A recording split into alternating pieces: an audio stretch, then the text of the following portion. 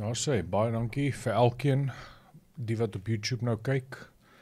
Bly net gou ingeskakel want ek gaan regstreeks op my Facebook bladsy. So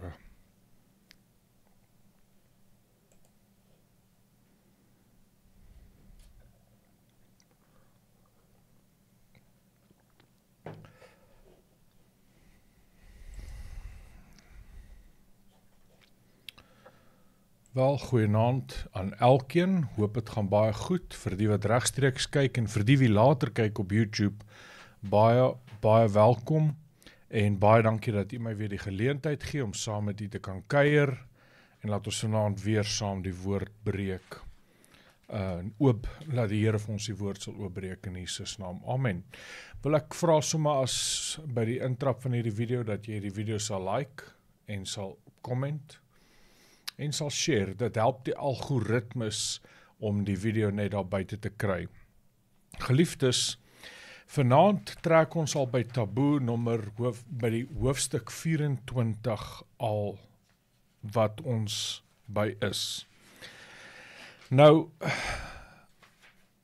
verlede week kon ek nie regstreeks gaan nie vanweë die feite dat ek op die pad was, maar dat ek wil graag kyk of ek nie 2 taboes hierdie komende week moontlik kan oplaai nie.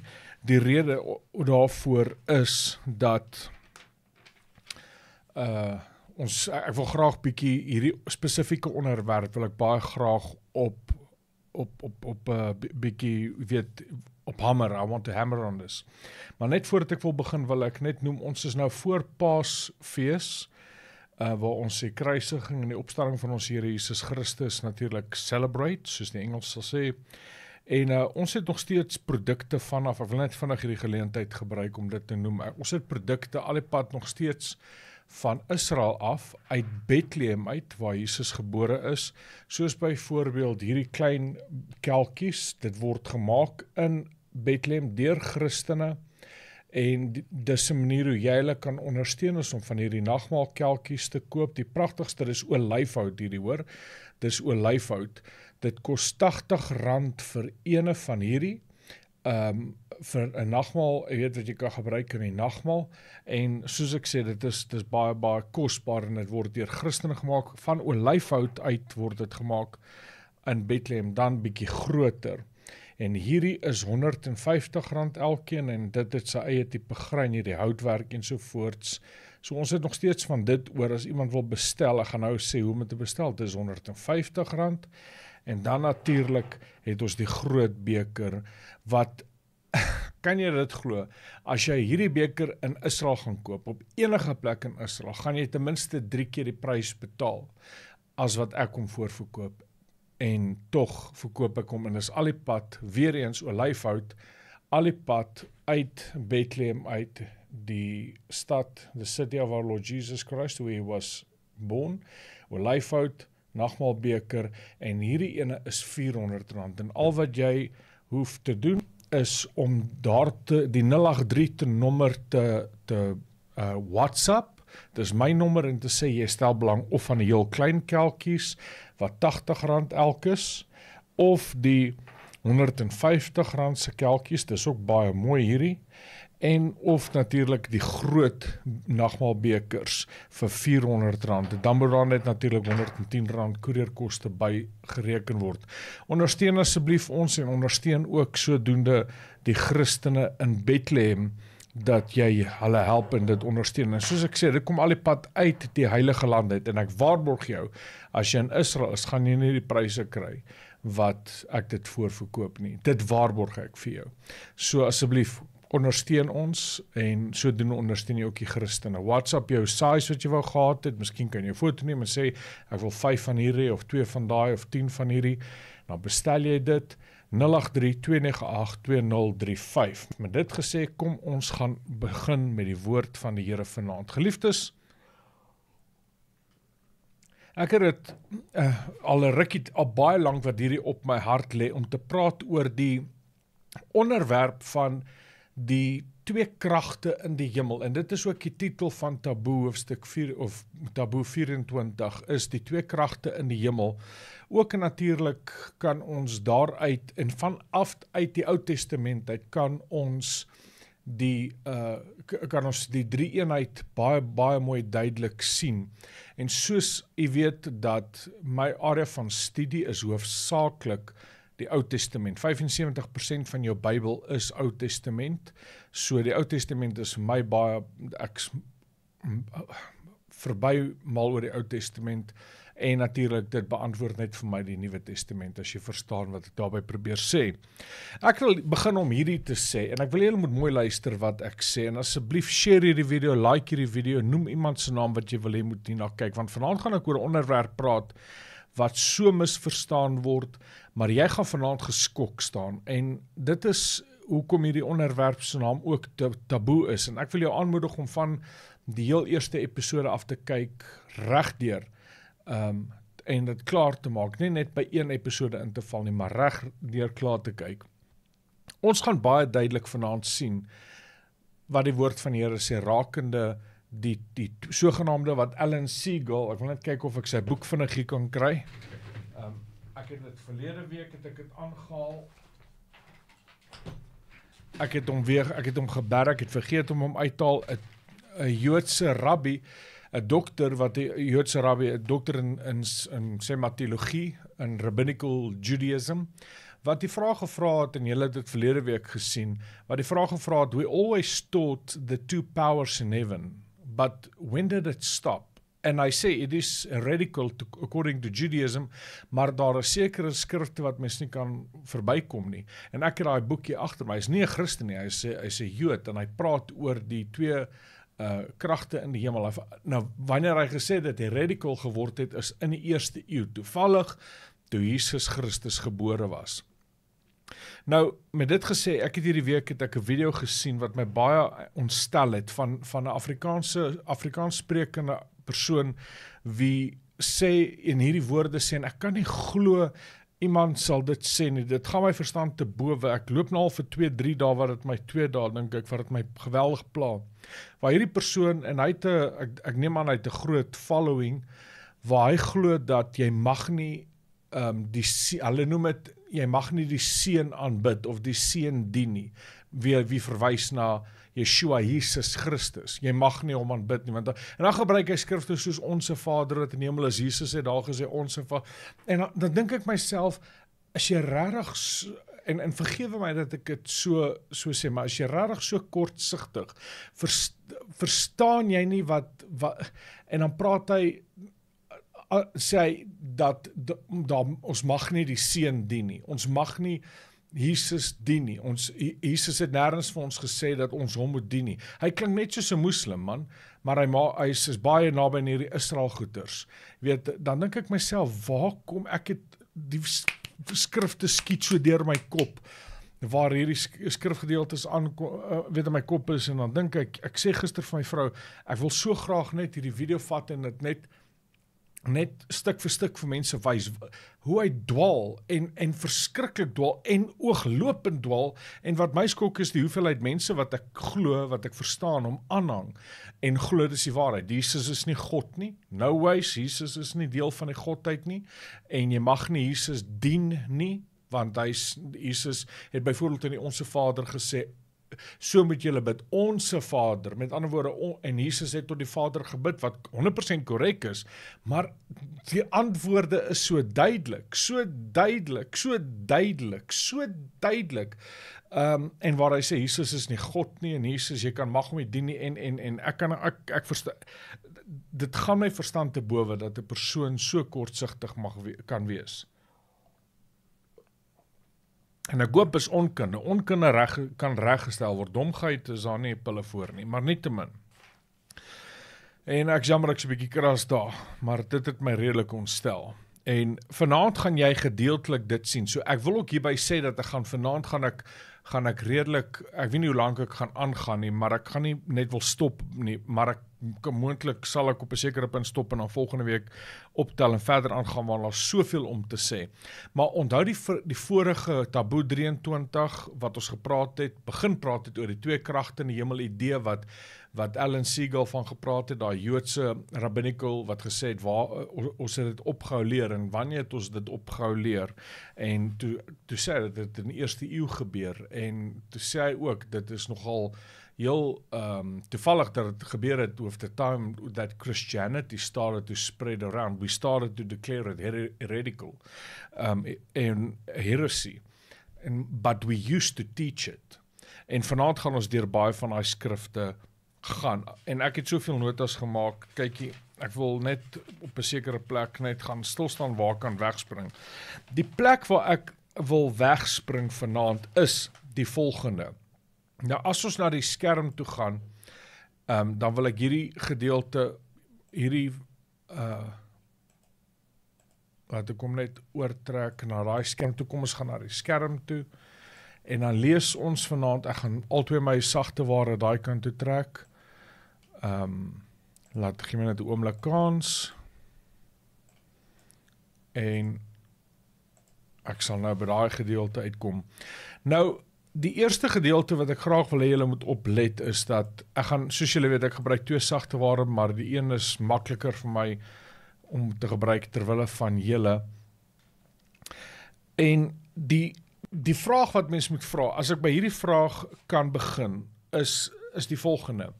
Die woord sê tog immers baie duidelik dat niemand het ooit God gesien nie. Kom ons kyk na sekere skrifgedeeltes. 1 Johannes 4 vers 12 sê niemand het God ooit aanskou nie. En dan gaan hy aan en dan sê as ons mekaar liefhet, bly God in ons en ons het sy lief. Maar hy sê niemand het God ooit aanskou nie. Dis wat hy sê. As ons na ander skrifgedeeltes toe gaan, Eksodus hoofstuk 33, en ek hoop die klank is reg, nog niemand het vir my gesê, die klank is reg nie. Ek hoop die klank is reg, hoofstuk 33 van Eksodus, en ons gaan na vers 20 toe, en hy sê, wat die woord van die Here sê daar, dat verder het hy gesê, dis nou God, jy kan my aangesig nie sien nie, want geen mens kan my sien en bly lewe nie. Ook het die Here, nou daai woord Here in die Hebreëus, in die Afrikaans is hy in hoofletters gespel, en dit is natuurlik net vir ons om aan te dui dat in die Hebreëus is dit die heilige naam van God, Jahwe, wat daar staan. So dis hoekom in hoofletters, want ander kere wanneer hy in klein letters gespel is, hoofletter H en dan klein letters Here, dan is dit Adonai, of sal dit Elohim, of iets soos dit wees. Wat ook verwys na die Here, maar dit kan ook partykeer nie verwys na die Here, maar na ander hang af wat die konteks is, en ek het daaroor gepraat in die begin toe ek gepraat het oor die hemelse raad, maar nietemin, ook het die Here gesê, kyk, hier is 'n plek waar jy my rots kan gaan staan, en as jy as my heerlikheid verbygaan, sal ek jou in die skeur van die rots stel en met jou met die hand oordek, totdat ek verbygegaan het. En as ek my hand wegneem, sal jy my van agter sien, maar my aangesig kan maar ek wegneem maar my aangesig kan nie gesien word nie. So weer eens wat vers 20 sê is dat verder het gesê jy kan my aangesig nie sien nie. Okay, so daar's klomp skrifgedeelte wat sê dat niemand kan God sien nie. En ek hoop almal besef dit dat niemand het God. Ek gaan nou na ander skrifgedeeltes toe ook gaan, soos byvoorbeeld Johannes hoofstuk 1 vers 18 sê dit baie duidelik hierso, niemand het ooit God gesien nie. Daar's baie sulke skrifgedeeltes, maar tog sê dan byvoorbeeld Jesaja hoofstuk 6 sê hierdie gedeelte in vers 5, maar een van die serafs het in my toe gevlieg en 'n goeie klou in sy hand gegee en hy het my, ek wil net kyk of hy nie in die is vers 5, sorry. Toe het ek gesê, wee my, ek is verlore, want ek is 'n man. Dis nou Jesaja toe hy die Here ontmoet het, onthou hulle die troonkamer sien, wat gebeur het, maar nietemin ek woon onder 'n volk wat onrein is van lippe, is Jesaja in die woord om te sê, en dan sê hy, want my oë het die koning, die Here, hoofletters Here wat Jahwe is, van die leerskare gesien. So, kan mens God nou sien of nie sien nie? As jy dink aan 'n skrifgedeelte soos byvoorbeeld Eksodus hoofstuk 24, toe hulle by die berg Horeb, het Moses op 'n tyd het hy die ouderlinge geneem en hy het met hulle hulle op die berg gevat. En ek het met julle in die verlede hieroor gepraat, toe Moses natuurlik met hulle die 70 elders, when he took them on the mountain of God, en hulle het 'n fees met God gehad. Kyk, sê die woord van die Here, daar vanaf vers 9. Daarop het Moses opgeklim met Aaron, Nadab en Abihu en die 70 van die oudstes van Israel.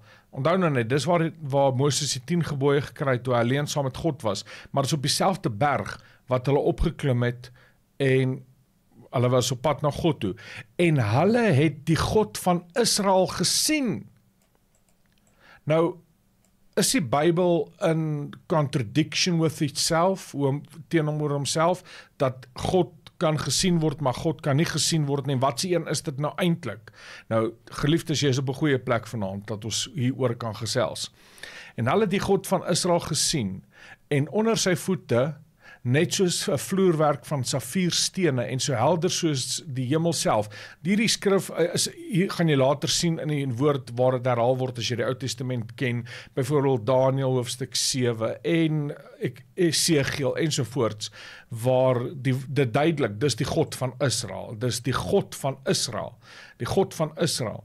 En hulle, hierdie 70 het die God van Israel gesien, en onder sy voete, net soos 'n vloerwerk van safierstene, en so helder soos die hemel self. Maar hy het sy hand nie na die uitgesoektes van Israel uitgestrek nie, en hulle het God aanskou. Dis die tweede keer wat hy dit sê. En hulle het geëet en gedrink. So, they had a feast with God. Hulle het 'n fees met God gehad, daar op die berg. Ek meen, dit is baie duidelik dat hierdie oudstes van Israel het duidelik die Here gesien. Selfs Jakob, as jy hulle kon onthou, Jakob op 'n tyd ek gaan maar net deur vinnige versgedeeltes, net om 'n fondasie te lê, dan kan ek aanbeweeg. Nadat Jakob geworstel het met die engel van die Here, julle kon onthou, wat het Jakob gedoen? Hy het die plek waar hy geworstel het met die engel van die Here Peniel genoem, wat beteken, kom ons lees dit in vers 30, toe noem Jakob die plek Peniel, want hy het gesê, ek het God gesien van aangesig tot aangesig, en tog is my lewe gered.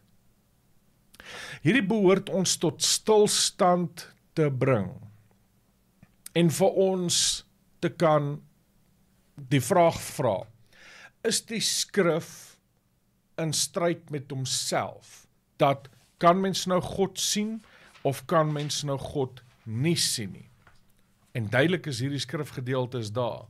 Nou luister gou na so 'n skrif soos hierdie, en as ons vanaand na hierdie kyk, en ons wil nou praat oor spesifiek ek gebruik die titel wat Alan Siegel gebruik het, die rabbinical dokter wat die 2 kragte van hemel, sy boek, ek het 2 boeke inteendeel, wat praat oor hierdie idee, wat hulle nie kan, they cannot reconcile it, but they have taught it at one stage, and it's clearly from without the Tanakh, met ander woorde, die Ou Testament, is dit daar, maar hulle sê dit is, ons het dit radical verklaar, en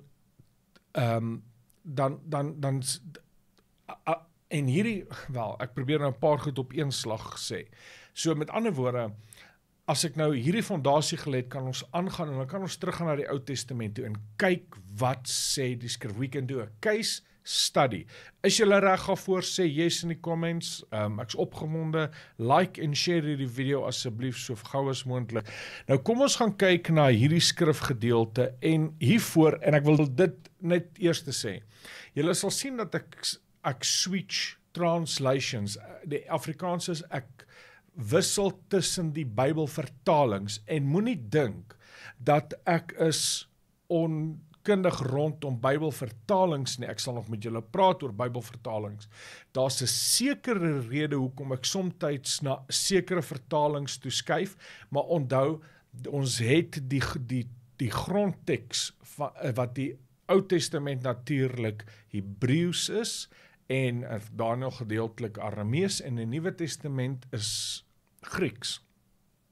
So ek skuif na sekere vertalings toe wat een woord beter verduidelik, want toe die vertaler van die woord, of die vertalers van die Bybel, toe hulle die Bybel vertaal het, het hulle die Bybel vertaal, en hulle het gekyk na die woord, en hulle kon nie net die woord gebruik het soos hy daar is, nie blaatant nie, hulle moes die konteks en ook die Engelse grammar.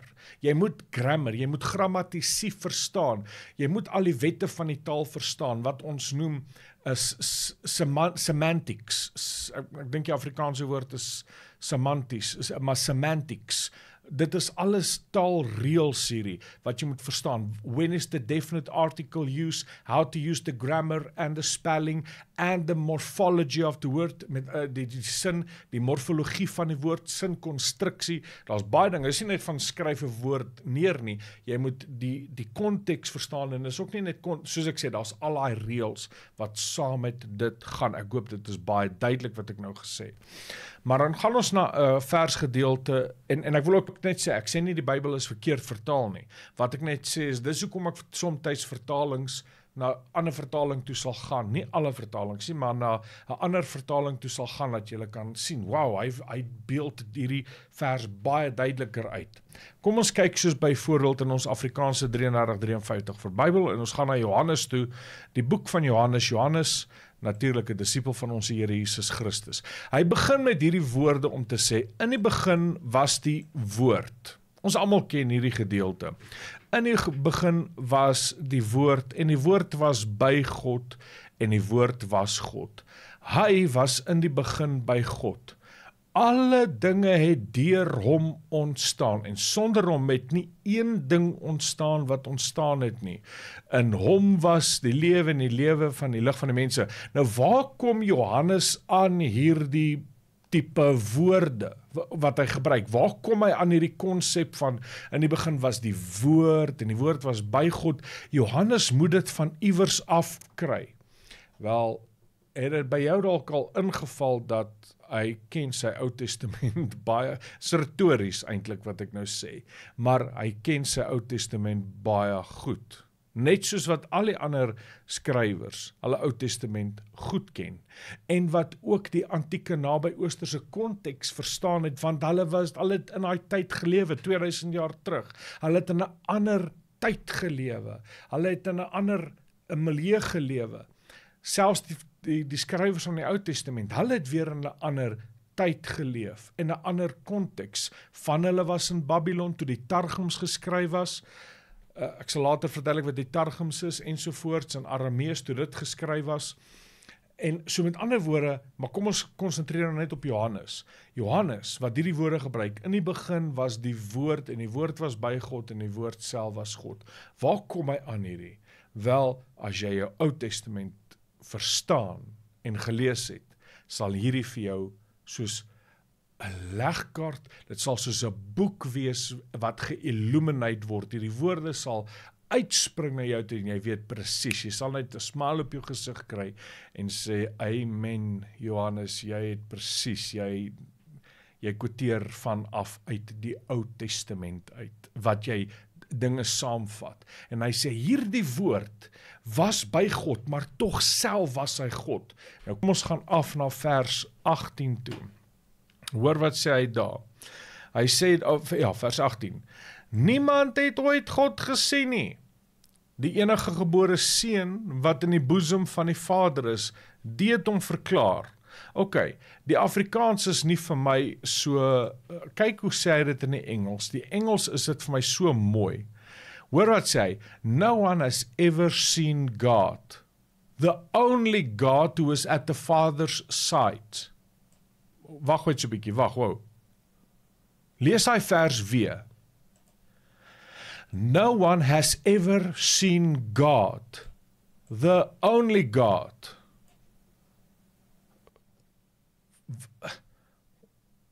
Huh? No one has ever seen God. The only God who is at the Father's side. Excuse me? The only God who is at the Father's side. So who is at the Father's side? The only God. He has made him known. Is dit 2 of 1? Duidelik 2. Kan jy sien? No one has ever seen God. Nou gaan hy, the only God who is at the Father's side and he has made him known. En jy krap jou kop en jy dink, wat sê, Johannes is besig om te sê, niemand het God gesien nie, behalwe die ewige God wat by die Vader is, en die het hom bekend gemaak en hom verklaar. En jy kom op skrifgedeeltes soos hierdie af, en dit is waar ek julle net so bietjie wil wys na van die skrifgedeeltes uit die Ou Testament. Ek het soveel hierso aantekeninge gemaak, wil ek jou sekere versgedeeltes wys vanuit die Ou Testament, wat jy gaan teekom, en jy gaan dit sien en jy gaan wonder, hier's 'n stryd, of 'n tension, is die Engelse woord, tussen hierdie, is dit 2 of is dit 1? En soms is dit 3 of is dit 1, en ek gaan dit vanaand deur die genade van die Here, gaan ons deur dit gaan. Kom ons gaan byvoorbeeld na Genesis 19, toe die bekende gedeelte van Lot, en toe hy moes gevlug het uit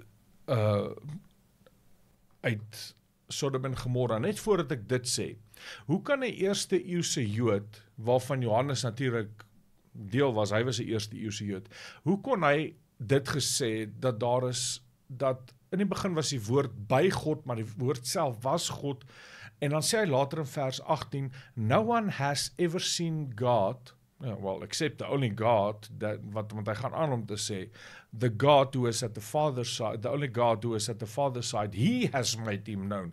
Wait, wacht so 'n bietjie. Johannes, hoe kan jy dit verklaar sonder om die Shema te breek? Nou kom ek verduidelik net in kort, wat is die Shema? Shema is die mees, ek wil amper sê, hierdie woord gebruik, en asseblief verstaan my hart, omdat ek nie nou 'n ander woord het nie, hoor wat ek sê, is dit die heiligste, wil ek amper sê, gebed wat hulle bid, is die Shema, Shema Israel, Adonai Eloheinu, Adonai Echad, wat beteken hoor Israel, die Here, onse God, in die Hebreeus is hy baie dieper, dit is, Yahweh is die enigste God, en alhoewel ek die Hebreeuwse naam van God, die heilige naam van God, sal ek eerder sê, daar aanhaal, is net dat jy verstaan, die erns en die diepte, en dit is hoe hy vertaal word in die Hebreeus, Shema, hoor Israel, Adonai, dis eintlik hulle moet sê Yahweh, Eloheinu, Yahweh, Echad is 1, so met ander woorde, hoor Israel,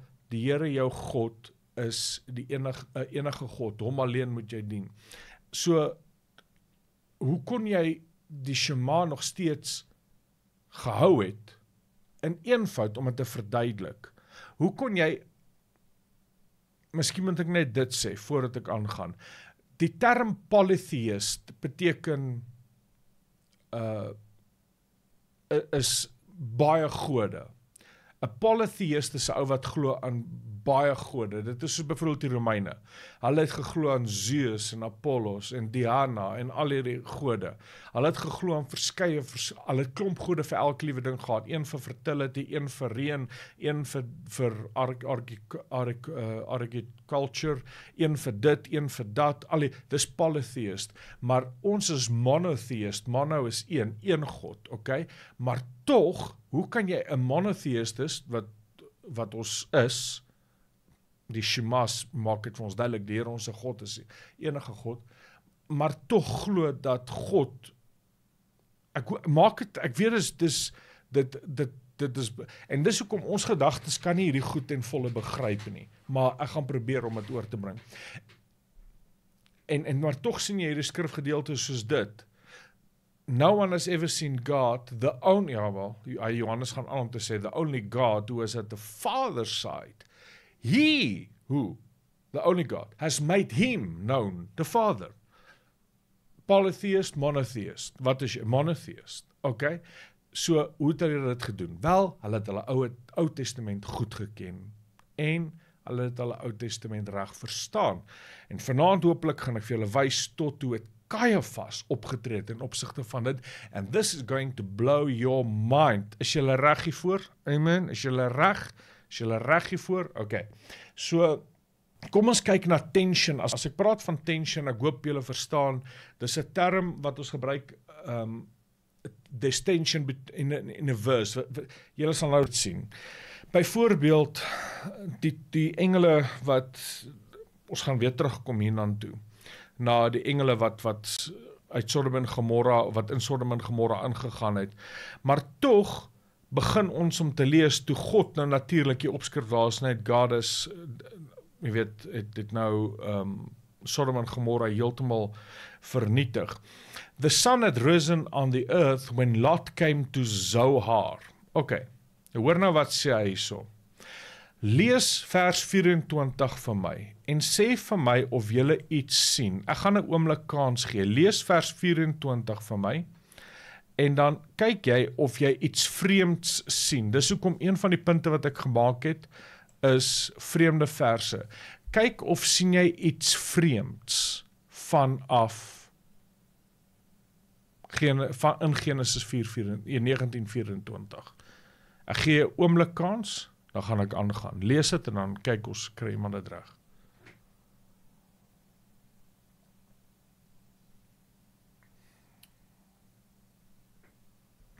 Enige iemand wat dalk sê iets is vreemd hierso? Wel, as ek dit vir jou highlight, then the Lord, Yahweh, rained on Sodom and Gomorrah sulfur and fire from the Lord, Yahweh, out of heaven.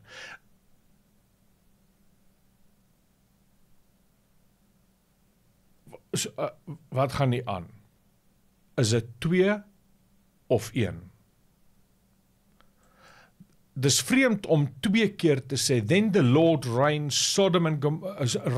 on Sodom and Gomorrah sulfur and fire from the Lord out of heaven. So, hoekom 2 keer the Lord? En jy sien, die Joodse skrifgeleerdes van daai tyd, het hierdie, was baie sulke vers in die Ou Testament, waar hierdie is nog, julle gaan sien as ons dit aanbeweeg, dis vreemd om te sê, that the Lord has rained fire and brimstone from the Lord out of heaven. Is dit 2 of is dit 1? En dit is wat ons vanaand mee gaan deel. Soos byvoorbeeld Amos 4. Kom ons kyk wat sê Amos 4. As ons gaan na Amos 4 toe, hoor wat sê vers 11. Hy sê, nou praat hy weer eens van Sodom en Gomorra. Hy sê, I overthrew some of you as when God... Now wait a minute. Hy switch from, en dit is waar die taal reels belangrik begin raak. Hy switch from the first person to the third person. I overthrew some of you as when God overthrew. Is dit, hoekom gebeur? Dis vreemd.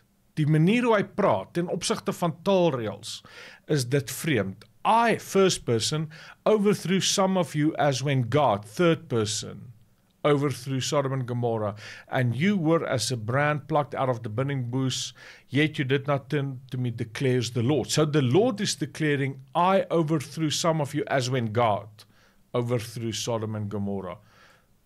Jy sien, daar's 'n blur in die skrif, in baie sulke skrifgedeeltes, en dit was juis hoekom Alan Siegel sy boek geskryf het, The Two Powers in Heaven, want daar's baie sulke skrif, as ek moet deur dit gaan ons die hele aand hier besig wees, van hierdie verskeie skrifgedeeltes, van waar die spreker, daar's 2 figure in dieselfde, en ek gaan vir julle nou dit wys, is daar's 2 van dieselfde figure, maar dit is vreemde versgedeeltes wat aangehaal word soos God rained out of Sodom and Gomorrah, en selfs as jy hom in Hebreëus lees, is hy nog sterker. Ek het die Joodse vertaling hier so, wat is hy nog sterker, waar hy switch, waar hy sê, God has rained fire from Sodom and Gomorrah out of, from God, out of heaven. I have overthrew some of you as when God. So I switch from the first person speaking to the third person. So, dit is sulke skrifte wat die Jode begin die mekaar maak, of nie die mekaar maak het nie, wat gesê het, daar is 'n tweede figuur in play hier. Nou, as ons weer gaan kyk na, ek dink die maklikste om te verduidelik is natuurlik, kom ons kyk soos byvoorbeeld Genesis, ons vat nog tension skrifte, verse, as ek dit so kan sê, Genesis 22, ek gebruik die ESV hierso en ek hoop julle verdra saam met my, dit is net vir my makliker om uit vir julle te lees en dat ons dit saam verstaan. After the things God tested Abraham and said to him, Abraham, and he said, here I am. He said, take your son, your only son Isaac, whom you love, and go to the land of Moriah and offer him there as a burnt offering on one of the mountains which I shall show you. As jy wil ek moet om in Afrikaans lees, ek moet in Afrikaans ook lees. Maar so het hy gegaan en dit was die Here wat met hom gespreek. Het is baie duidelik dat God het met hom gespreek. En dan sê hy hierso in vers 11 tot 12, nou het Abraham, kyk wat doen Abraham. Then Abraham reached out his hand and took his knife and to slaughter his son. Natuurlik, sy seun Isak was op die altaar. Ek het verlede week hierso dit met julle verduidelik. Het ek hierdie skrif deurgegaan. So hy was op pad om sy seun Isak te slag, want God het hom op die toets gestel. But the angel of the Lord, en verlede week het ek baie tyd geneem om te praat oor die Malach Yahweh, Malach, engel van die Here. But the angel of the Lord called to him from heaven and said, Abraham, Abraham, and he said, here I am.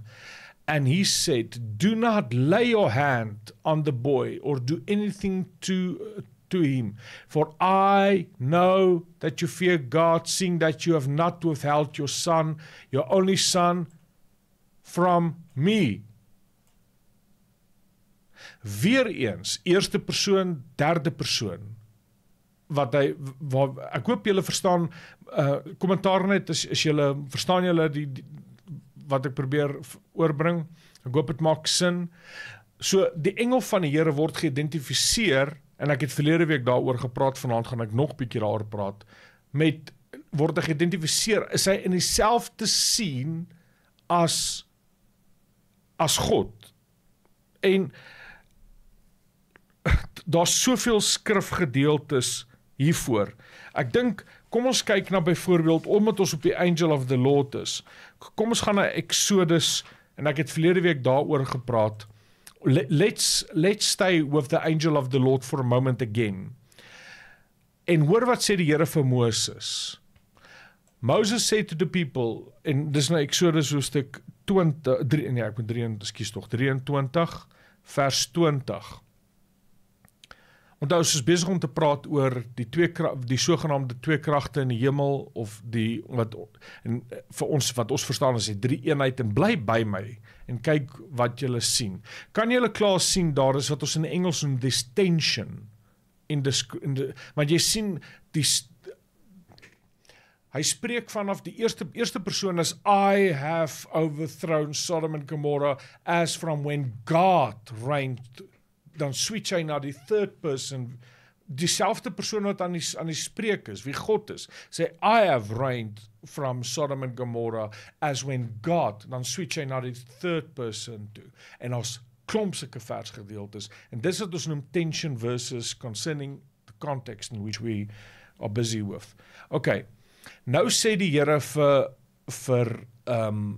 Moses, hy sê hierso in die Afrikaans, ek sal het vir julle lees, en dan sal ons net vir julle in Engels ook het lees.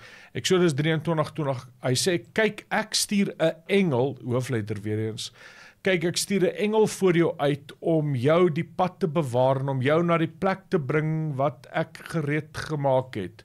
Neem jou in ag vir hom, en luister na sy stem. Wees nie wederstredig teen hom nie, hoofletter hom, teen hom nie, want hy sal julle oortredinge nie vergewe nie. Net God kan sondes vergewe.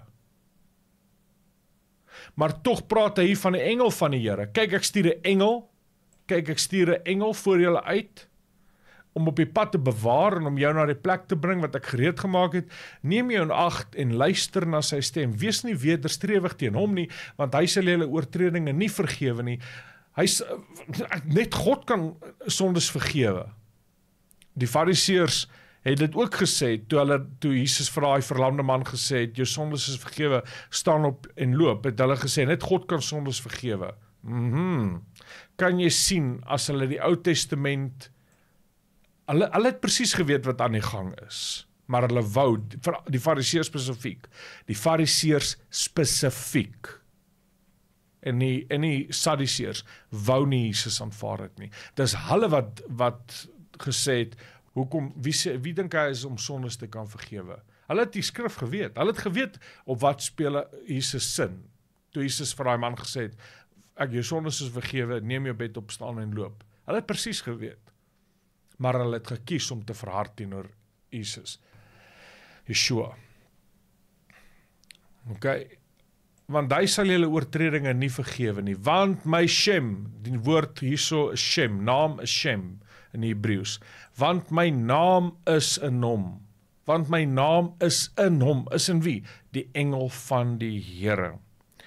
Ek hoop dit maak sondes, dit maak sin. Nou sê Levitikus 11, nou moet julle weet, Exodus sê dit is die engel wat hulle gelei het. Tog sê Levitikus 11, en kyk wat sê hierdie gedeeltes, Levitikus 11 vers 45, wat sê hy? Hy praat na in vers 44, want ek is die Here julle God, toon dat julle heilig is en wees heilig, want ek is heilig, daarom verontreinig julle self nie deur ongedierte wat op die aarde kry. Hy sê dan vers 45, wat ek wil by uitkom, want ek is die Here, hoofletter Here, en as ek weer eens, net om vir julle te bewys, dat hierdie goeters, wat ek sê is die waarheid. Kom ons gaan net na my ander, dat julle net kan self sien.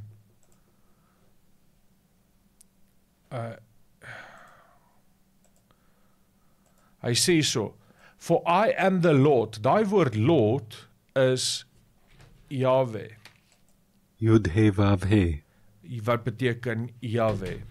En dit word vertaal as God. Ek hoop julle sien, dat hy sê, dit is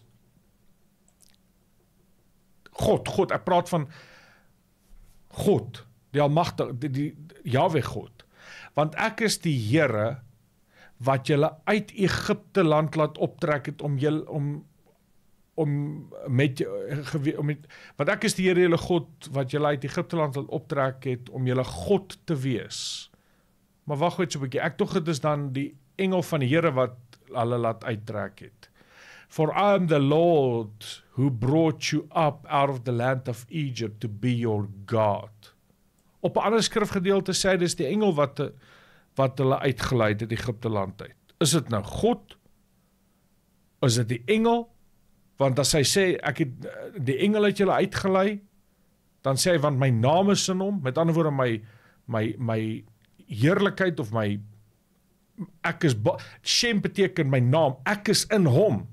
Dis wat, as hy sê, my naam is in hom, so beteken dat God identifiseer met, ek hoop julle verstaan wat ek probeer sê, ek probeer 'n punt oorbring, en ek weet is bietjie, het kan dalk 'n bietjie, mens sukkel om partykeer hierdie dinge te verstaan, en daar's geen gelykenis dat mens kan gebruik om die drie eenheid te verduidelik nie, want geen gelykenis gaan help. Jy kan nie 'n eier gebruik nie, jy kan nie ys gebruik, as jy vir iemand die drie eenheid wil verduidelik, kan jy nie die ys voorbeeld wil gebruik, of 'n kers, want daar is nie 'n vergelyking nie. Daar's geen vergelyking met God nie.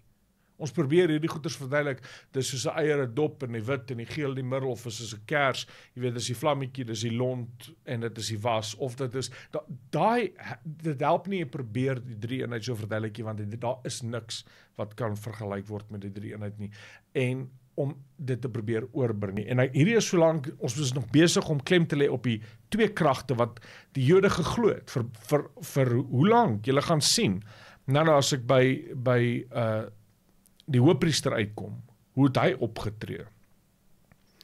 En hierso sê hy daar in Rigters 2, so met ander woorde, ons sien duidelik dat hierdie is die engel van die Here in Exodus, En dan hierso sê die Here nee, is hy. Maar op 'n ander gedeelte sê hy dis die engel van die Here. Nou hierso sê hy weer dit is die Here. Op 'n ander gedeelte kyk ons wat sê Rigters en ons was daarso gewees verlede week, maar ons net om dit weer te lees. Now the angel of the Lord went up from Gilgal to Bochim, and he said, I brought you up from Egypt. Is it God? Yod Hei Vav Hei? Is it God or is it the angel? And the answer is yes. Die antwoord is ja. Is dit sy naam, sy teenwoordigheid, die engel van die Here, God? En die antwoord is ja. Now the angel of the Lord went from, en het is duidelik the angel of the Lord. Now the angel of the Lord went from Gilgal to Bochim, and he said, I brought you up from Egypt, and brought you into the land that I swore to give it to your fathers. I said, I will never break my covenant with you. And you shall make no covenants with the inhabitants of the land, and you shall break down their altars, but you have not obeyed my voice. What is this that you have done? So die engel sê, jy het nie na my stem geluister nie. Dis die engel wat aan die woord is. So now I say, I will not drive them out before you, but they shall become thorns in your sides, and their gods, Elohim, shall be snares to you. Dis hoekom as ek gode gebruik, as ek God sien in die Afrikaans of in die Engels, dan sal ek altyd klem lê, is dit Elohim, is dit Yahweh, want Elohim kan ook verwys na Yahweh, as jy die hele taboe-reeks tot dusver gevolg het, sal julle verstaan, meeste van die kere verwys het na Elohim, maar in kere soos hierdie verwys het na die vreemde gode van die nasies. As soon as the angel of the Lord, duidelik is dit the angel of the Lord, wat hier in die woord is. As soon as the angel of the Lord spoke these words to the people of Israel, the people lift up their voices and wept. Dis die engel wat sê, ek het julle uit Egipte land uitgeleid, julle het nie na my stem geluister nie, en ek sal julle nou oorgee aan die bewoners van die land. Duidelik die engel van die Here. So, Dion, wat sê jy, is dit nou? Is dit nou God wat, of is dit die engel? En ek kan aangaan, en aangaan, en aangaan, en 'n boek skryf, en aangaan, om vir julle hierdie tension skrif te wys. And there is no ons noem het tension, there's tension in the verse, but there's no really tension. It seems like tension. Daar's klomp sulke skrifgedeeltes. Kom ons kyk byvoorbeeld na, of ek gaan dit net vinnig vir julle noem, the commander of the armies, kom ons gaan so toe, na Joshua hoofstuk 3, en hoor wat sê die woord van die Here.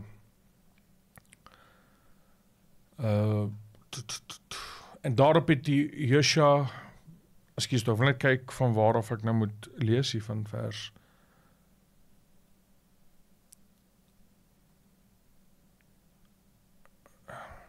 Okay, verlede week het ek gepraat oor the commander of the armies of Heaven, is nie Joshua 3 nie, is Joshua 5, laat ek het my aantekening reg maak. Ekskuus tog.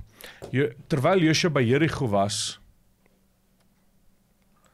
slaan hy sy oë op en kyk. Daar staan 'n man teenoor hom met 'n ontblote swaard. Interessant. Weereens, as jy nie gaan weet wat die Ou Testament oralste sê nie, gaan jy oor hierdie lees, gaan jy oor dit lees en jy gaan net dink, okay. Maar as jy hierdie teks verstaan, en ek raak sommer excited die binnekant my, as jy hierdie teks verstaan, dan verstaan jy weereens, wie is hierdie man wat hier gestaan het. Dit was die engel van die Here. Ons kan na Biliam se verhaal toe gaan, ons kan na Dawid se verhaal toe gaan, ensovoorts. Maar kom ons bly net vir eers hierso. En terwyl Joshua by Jericho was, slaan hy sy oop en kyk, daar staan 'n man teenoor hom met 'n ontblote swaard in sy hand. En Joshua het na hom gegaan en hom gevra. So Joshua gaan na hierdie engel toe, of na hierdie man toe. Altans. En hy vra, behoort hy by ons of by u vyande? En hy sê, nee, maar ek is die leerowerste van die Here. Ek het nou gekom. Toe val Josua met sy aangesig op die grond en buig voor hom neer en vra, wat wil my Here aan sy diensknegt sê? Toe sê die leeroowerste van die Here vir Josua, en let asseblief op die terminologie, trek jou skoene van jou voete af, want die plek waarop jy staan is heilig, en Josua het so gedoen. Waar lees ons van dit? In Exodus 3. En toe Moses dit moes gedoen het Moses natuurlik het hy met die Here te doen gehad. So wie is daai commander of the armies of heaven? Dit is, en ek gaan dit sommer nou sê, dit is die tweede wat ons sien en in gebroke terme, om het te probeer verduidelik, die tweede figuur van die godheid. The second Yahweh, kom ons noem het, sê, as julle, verstaan julle, hou nou al die skrifte, as julle hierdie video weer moet deurkyk, dan kyk jy dit weer deur, totdat jy die skrif verstaan, en het insink by jou. Wat sê Exodus 3? Exodus 3, kom ons lees al vanaf vers 1. Is jy nog met my? En Moses het die kleinvee opgepas van sy skoonvader Jethro, die priester van Midian, en toe hy die kleinvee agter die woestyn gedryf het, kom hy by die berg van God, by Horeb. Daar verskyn die engel van die Here aan hom in 'n vuurvlam in 'n doringbos, let op die terminologie. Daarop verskyn die engel van die Here aan hom in.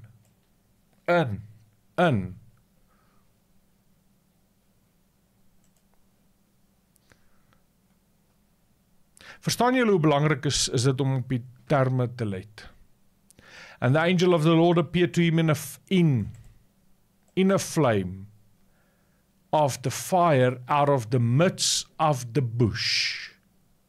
He looked and behold, the bush was burning, yet it was not consumed. So waar was die engel van die Here? Waar was die engel van die Here? Sê gou van die kommentaar, waar was die engel van die Here?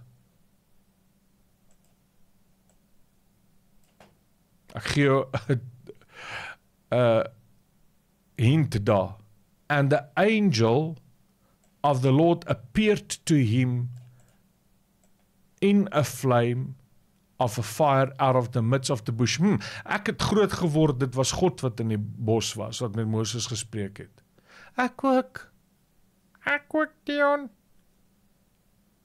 Maar hier sê die Bybel, dis tog God, dis 'n engel. Nie die gewone engel nie, ekskuus tog. Dis die engel van die Here. And the angel of the Lord appeared to him in a flame of fire in the midst of the bush. Moses looked, and behold, the bush was burning, yet it was not consumed. And Moses said, I will turn aside to see this great sight, why the bush is not burned. When the Lord saw that he turned aside to see, God called him out of the bush. Now wait a minute. First person, third person, again. Eerste persoon, derde persoon. Dis die engel van die Here wat in die bos is. Stem julle saam met dit? Die engel van die Here is in die bos. Daarop verskyn die engel van die Here aan hom in 'n vuurvlam uit die doringbos. En toe hy weer sien, brand die doringbos in vuur, maar die doringbos het nie verteer nie. En Moses sê, laat ek tog nader gaan en hierdie groot verskynsel bekyk, waarom die doringbos nie verbrand nie. Toe die Here sien, dat hy nuuskierig nader kom, roep God hom uit die doringbos en sê, dit klink amper asof hier twee figure hier is. Praat nou nie van Moses nie, behalwe van Moses. Dit klink of hier twee figure is.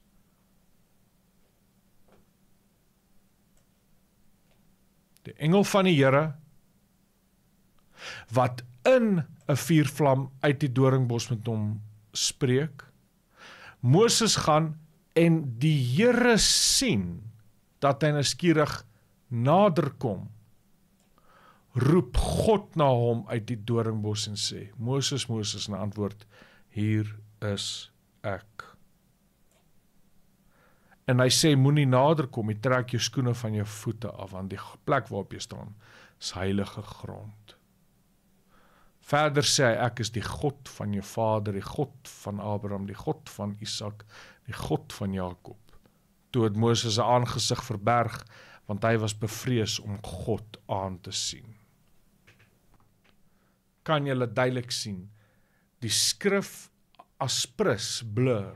Die skrywer van die blur aspris. Daar's 'n fusion of the two characters is nie 'n mooi woord om te gebruik nie. The two persons, ek weet nie wat die twee there's a fusion of them and the script blur half. Dis die engel van die Here, maar toe die Here, dis die engel van die Here wat in die doringbos is, maar toe die Here sien, dis asof toe die Here sien, hy kom nader, toe roep hy uit na hom toe. So is dit die engel van die Here of is dit die Here? En die antwoord is ja. Ek hoop hierdie maak vir jou sin, natuurlik. En hierdie is nie 'n gewone engel, en as jy terloops, gaan kyk verlede week se program. Hierdie is maar anyway, ek dink ek raal. So dis die engel van die Here. Stefanus bevestig dit ook in sy rede, toe hy voor die Sanhedrin verskyn het, in die boek van Handelinge. Hoor wat sê hy, in Handelinge 7, daar vanaf vers 30, hoor wat sê hy.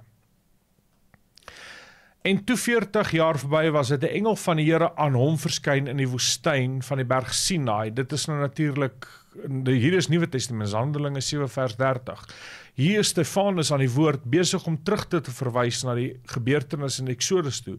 En toe die 40 jaar verby was, het 'n engel van die Here aan hom verskyn in die woestyn van die berg Sinai in 'n vuurvlam in die doringbos. Hy stem saam, dit was die engel van die Here. En Moses het dit gesien en hom oor die gesig verwonder. En toe hy daarheen gaan om te sien, het die stem van die Here tot hom gekom. Ek is die God van jou vaders, die God van Abraham, die God van Isak. En so gaan hy aan om dit te verduidelik. En hy sê, toe sê die Here vir hom, trek jou skoene van die voete af, want die plek waarop jy staan is heilige grond. Ek het duidelik gesien die mishandeling ek het duidelik gesien die mishandeling van my volk wat in Egipte is, en hulle gesig gehoor en neergedaal om hulle te verlos. En nou, kom hier, ek wil jou na Egipte stuur. Hierdie Moses, wat hulle verloon het deur te sê, wie het jou aangestel as 'n owerste of regter? Hom het God as 'n owerste en verlosser gestuur deur die hand van die engel wat aan hom verskyn het in die doringbos. Nou weer eens, stop jy daar en vra jy die vraag, is dit die engel van die Here of is dit God? So kan jy hierso duidelik sien, mense, en ek het tot dusver nie veel gesê nie, ek het net vir julle skrif gewys, dat daar's tydelik hierdie twee figure. Ons het begin in Genesis, ons kan nog vroeër in Genesis begin. Inteendeel, ons gaan, kan jy glo, ek het praat al vir so lank, ek is skaars weggespring, ek is nog hier by my begin. Ek sê nou eers wat is die tyd, maar bly asseblief, duidelik is die engel van die Here en Yahweh, twee aparte, they are two separate beings, but the scripture blurs them. Because op een stadium sê die engel, julle het nie na my geluister nie, ek gaan julle oorgee, ek het julle gelei uit Egipte land, dit op 'n ander keer sê God, duidelik die Here, ek het julle uit Egipte land uitgelei, maar die skrif blur hulle. So, dis hoekom toe die Nuwe Testament kom, die era van die Nuwe Testament, toe maak alles vir hulle sin. En vandag staan daar Christen, en ek kan nie glo ek moet sê Christene nie, sogenaamde Christene, wat sê, Jesus is nie God nie.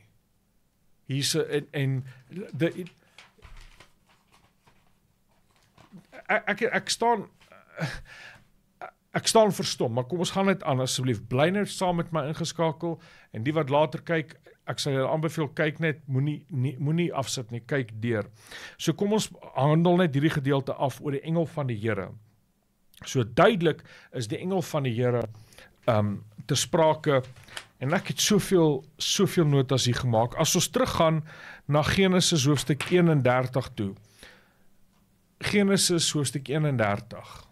Ons kan eintlik in Genesis 16 al vir jou, kan ek vir jou begin wys met Hagar. Miskien moet ek,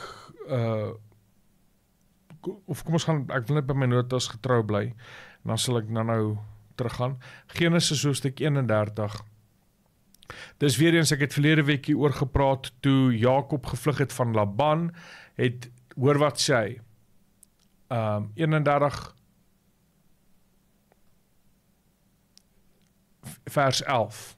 En die engel van God sê vir my in 'n droom, so dis die engel van God, wat aan die spreekwoord is, en hy sê, Jakob, en ek antwoord, hier is ek, en hy sê, slaan tog jy oop en kyk, al die bokramme wat die klein vee dek, is gestreep en gestippel, bont, want ek het alles gesien, wat Laban jou aandoen. Nou sê hy so, ek is die God van Bet-El, waar jy die gedenksteen gesalf het. Ek is die God van Bet-El.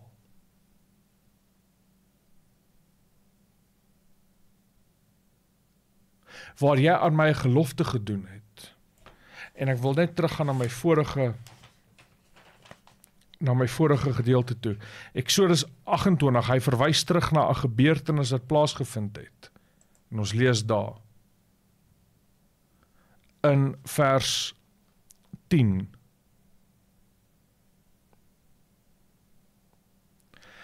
En Jakob het uit Beerseba vertrek en na Haran gegaan. Hy was nou op pad na Laban toe. Ek het net eers begin by Laban om vir jou te wys, die engel wat met hom gepraat het, verwys terug na 'n geval wat gebeur het.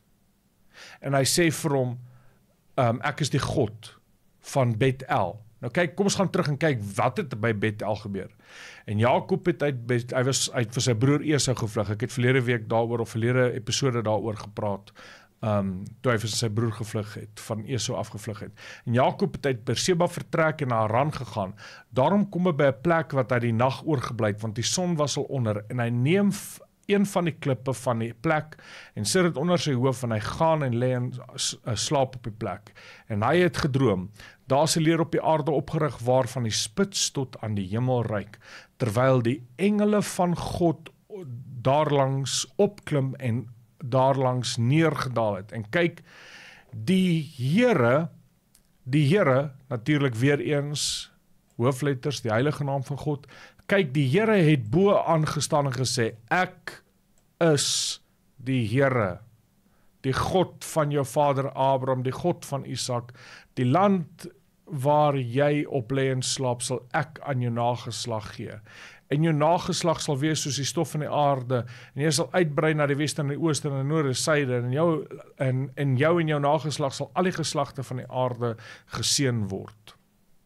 En kyk, ek is met jou, ek sal jou bewaar oral waar jy gaan, ek sal jou terugbring in hierdie land, wat ek sal jou nie verlaat nie, totdat ek gedoen het, alles wat ek jou gesê het. Daarop word Jakob wakker uit sy slaap en sê, waarlik, die Here is op hierdie plek en ek het dit nie geweet nie. En hy het bevrees geword en gesê, hoe vreeslik is hierdie plek. Ek kom terug na hierdie gedeelte toe wanneer ons praat oor portals, maar nietemin vorentoe in die toekoms. En hy het bevrees geword en gesê, hoe vreeslik is hierdie plek. Dit is hier nie anders as die huis van die hemel, en hy het toe die plek gesalf. So dis waartoe hy terugverwys, as hy in Genesis hoofstuk 31, toe hy van Laban, toe hy gevlug het die engel van die Here aan hom verskyn. En hierdie engel van die Here sê, ek is die God wat jou gelei het. Hy sê daar, en die engel van God het vir my gesê in die droom, Jakob, en ek antwoord, ek is hier. En hy sê, slaan tog jou oop en kyk, al die bokramme en kleinvee, die wat dek is, gaan hy so aan, en hy sê dan vers 13, ek is die God van Bet-El, waar jy gedenksteen gesalf het. Nou maar wag ooit so bietjie.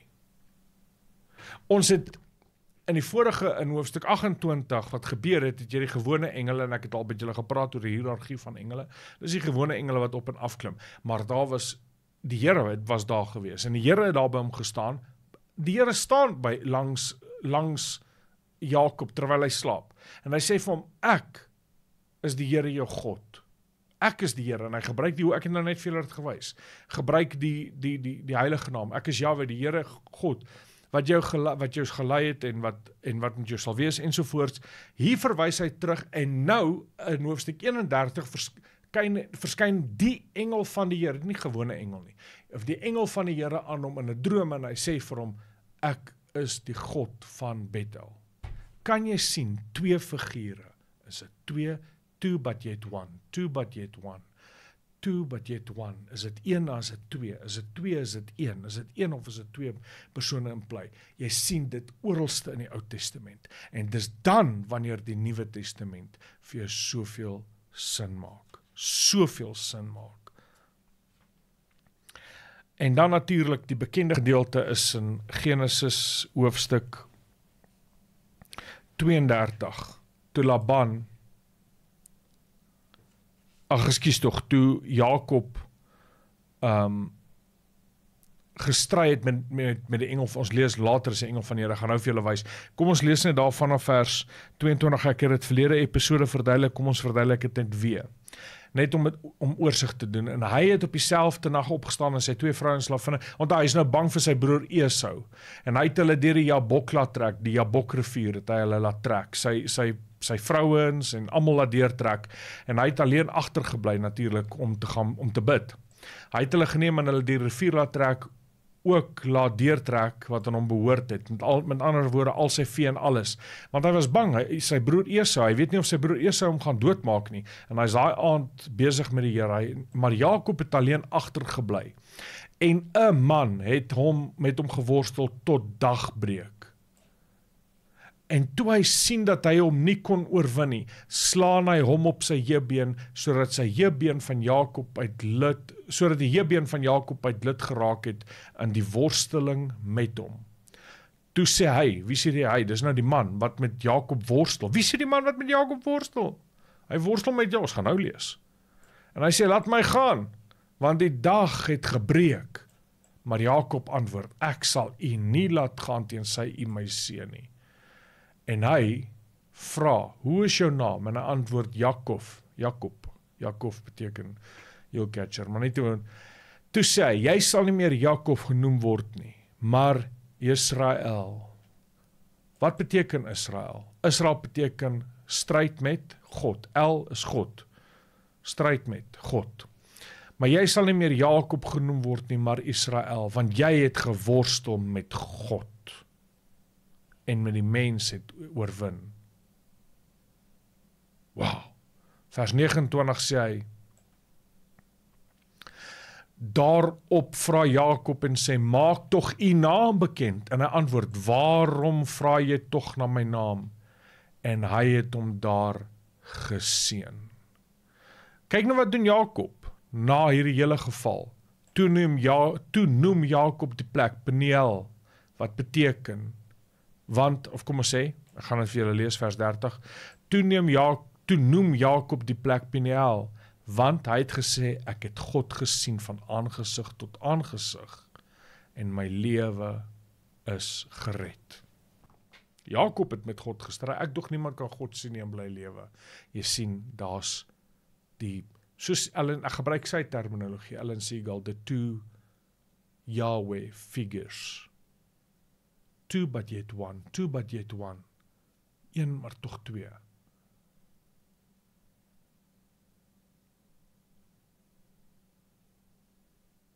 Maak het vir jou sin? Klik jy nou wat hier aangaan? En soos ek sê, ek kan aangaan, ek kan 'n boek skryf oor dit, geliefdes, oor die verse in die Ou Testament, maar hy sê, God, ek het God gesien en gebly lewe, maar sien jy wie hy eintlik gesien, want met wie hy gestry?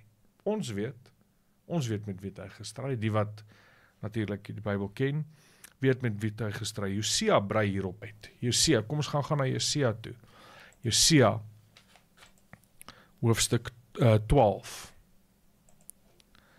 En ons lees daar in vers 3. Die Here het ook 'n twis met Juda. Ek dink ek wil dit graag in die Engels lees en ESV as dit reg is. In the womb sien jy, dit is heeltemal anders alweer as met die Afrikaans. Hy sê, maar ek sien nou in die Engels is hy vers 2 in elk geval. Maar anyway, die konteks is Jakob. Nou hy sê, in the womb he took his brother by the heel. Wie het sy broer by die hakskeen gevat? Is Jakob, want hy met Esau. Daar was 'n strydtaal in die moederskoot, toe Rebekka die Here gaan raadpleeg en sê, wat gaan aan, Here, as dit so aangaan, kan nie maar my lewe neem. Wat gaan die aan hier binnekant my, die kinders beklei, die Here sê, daar's 2 nasies binnekant jou, wat daar sal uitkom. En toe Esau uitgaan, toe sê Jakob, is nie, kom terug, en hy ruk hom terug, en dit, anyway. Vers 3, in the womb he took his brother by the heel, and in his manhood he strove with God. Wow. He strove with the angel and prevailed. Now, which is it? Is it God or is it the angel of the Lord? Sien jy as prins hoe blur en fuse die skrywer, hierdie 2 figure. And in his manhood he strove with God. He strove with the angel and prevailed. He wept and sought his favor. He met God at Bethel. So duidelik verwys hy na die stryd met God en met die stryd met die verskyning van God by Bethel. So nou gaan hy aan, and there God spoke to us, the Lord. Daar is, as ek nou dit in Hebreëus moet lees, sal het wees, Ha-Yahweh Shabuath, Ha-Yahweh, Shem, maar kom ons lees dit in die Engels, the Lord, the God of hosts, the Lord is his memorial name. So is dit. Die engel van die Here wat verskyn het, of was dit wat het mee gestryd, of was dit God? Selfde met Joshua, selfde met so kan ek aangaan. Al hierdie verhale wat ek nou vertel het, en Jakob bevestig hierdie punt weer, en ek wil dit graag lees, en ek wil dan begin om af te sluit, want ek wil nie weer te veel van die tyd in beslag neem nie, maar ek weet ook dat mense wat honger is, gaan hierna luister. Mense wat ernstig is, wil hierna luister. Sodat, hoekom deel ek ook hierdie goed met jou? Sodat jy, ons noem dit, daar's 'n woord daarvoor in teologie wat ons gebruik, apologetics. Dit beteken to defend the faith. Weet jy wat pla my so geweldig, geliefdes, is die feit, en dit is iets wat my pla, dis hoekom ek sê, ek loop nou al vir 2 dae met hierdie dinge in my binneste rond, van daai ou wat ek gesien het, wat sê, Jesus is nie God nie, jy kan nie die seun aanbid nie, die seun kan nie gedien word nie, dan gebruik hy skrifte soos die Onse Vader, en ander skrifte waar Jesus tot die Vader gebid het, maar en dan verstaan ek, dan sê hy, jy kan nie die seun aanbid nie. Jesus is nie God nie. Hy sê dit in soveel woorde, Jesus is nie God nie. Afrikaanse, ek weet nie, sê Jesus is nie God nie. Dan dink ek, hoeveel mense het ek al gehoor dat hierdie ou volg, dan dink ek, en dit maak my woedend vir daai persoon, want hy mislei mense, en nommer 2 is, dit maak my hartseer en bietjie woedend vir mense wat nie die geloof verdedig, en ek verstaan nie, almal het kennis en sovoorts nie, maar jy kan kennis opdoen, jy kan jou woord bestudeer en sien, dat waar kom hierdie idee vandaan, waarmee ek begin het aanvanklik, van Johannes 1 vers 18, waarmee ek begin het, that no one has ever seen God. The only God who is at the Father's side has made him known. So daar's 2 wat jy kan sien. En mense gaan dit oor daai versgedeelte. En so waar kom hier die idee vandaan? En self Johannes 1 vers 1, in die begin was die woord, en die woord was by God, en die woord self was God, en dan gaan ons terug. Ek het nog nie eens by die woord uitgekom, ek is nog net die hele tyd by die engel van die Here, en by so 'n bietjie by die teenwoordigheid van die Here, maar daar's die engel van die Here, daar's die naam van die Here, die teenwoordigheid van die Here, en die woord van die Here, wat in die Ou Testament baie duidelik, en dan sien jy, dat dit word geïnterweave met mekaar, en en dan kry jy mense wat sê, jy weet, dat daar's nie, jy 2 gode. Ek meen, die woord is baie duidelik, ons dien 'n drie-enige God. Wat ek vanaand vir u gewys het en vir u geleer het, is genoeg om mense te silence, wat sê, daar kan nie, daar is nie so iets soos die drie-eenheid nie. En ek gaan nog, as ek nou begin, kom ons kyk eers gou, ons gaan terug na Genesis 48 toe. En hoor wat sê Jakob by sy afsterwe. Hier is by, kom ons lees in Afrikaans. Na dinge het hulle aan Josef medegedeel, kyk, u vader is siek, dis nou Jakob is siek. Toe neem hy sy twee seuns Manasse en Ephraim met hom saam. En hulle het aan Jakob berig gebring en gesê, kyk, u seun Josef kom na u toe. Daarop het Jakob sy krag versamel en op die bed gaan sit. En toe begin Jakob nou natuurlik te bid en te praat. En wat gebeur? Ons lees daar vanaf vers 14. Toe steek Israel was Jakob se ander naam, want sy naam het ons verander, daar in Genesis 32, toe hy met die man geworstel het. Wie ons laaster geleer het, was die engel van die Here. Wie ons toegeleer het, was die Here self. Awesome. Okay, wat vir ons wys, daar's meer as een. There's sometimes two in play in the same scene. Toe steek Israel, met ander woorde Jakob, sy regterhand uit en lê dit op die hoof van Ephraim. En dan gaan dit in die ESV vir ons lees. Hy sê daar, and Israel stretched out his right hand and laid it on the head of Ephraim. Dis nou die seun van Josef. Who was the younger, and his left hand on the head of Manasseh. Manasseh was die ander seun van Josef. Crossing his hands. Interessant, hy kruis sy hande. Vorm van 'n kruis. For Manasseh was the firstborn.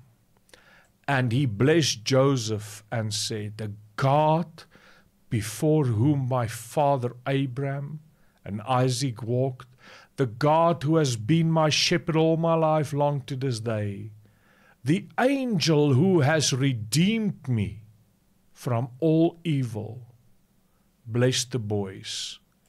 Now my question is, does he appeal here to angels? To mere angels? Nee. Roep appeal, wat is dit in Afrikaans? Beroep hy op engele? Nee.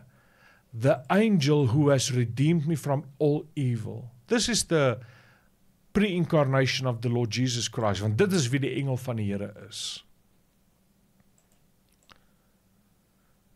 The angel who has redeemed me, bless these boys, and in them let my name be carried on, and the name of my father Abraham, Isaac, and let them grow into a multitude in the midst of the earth.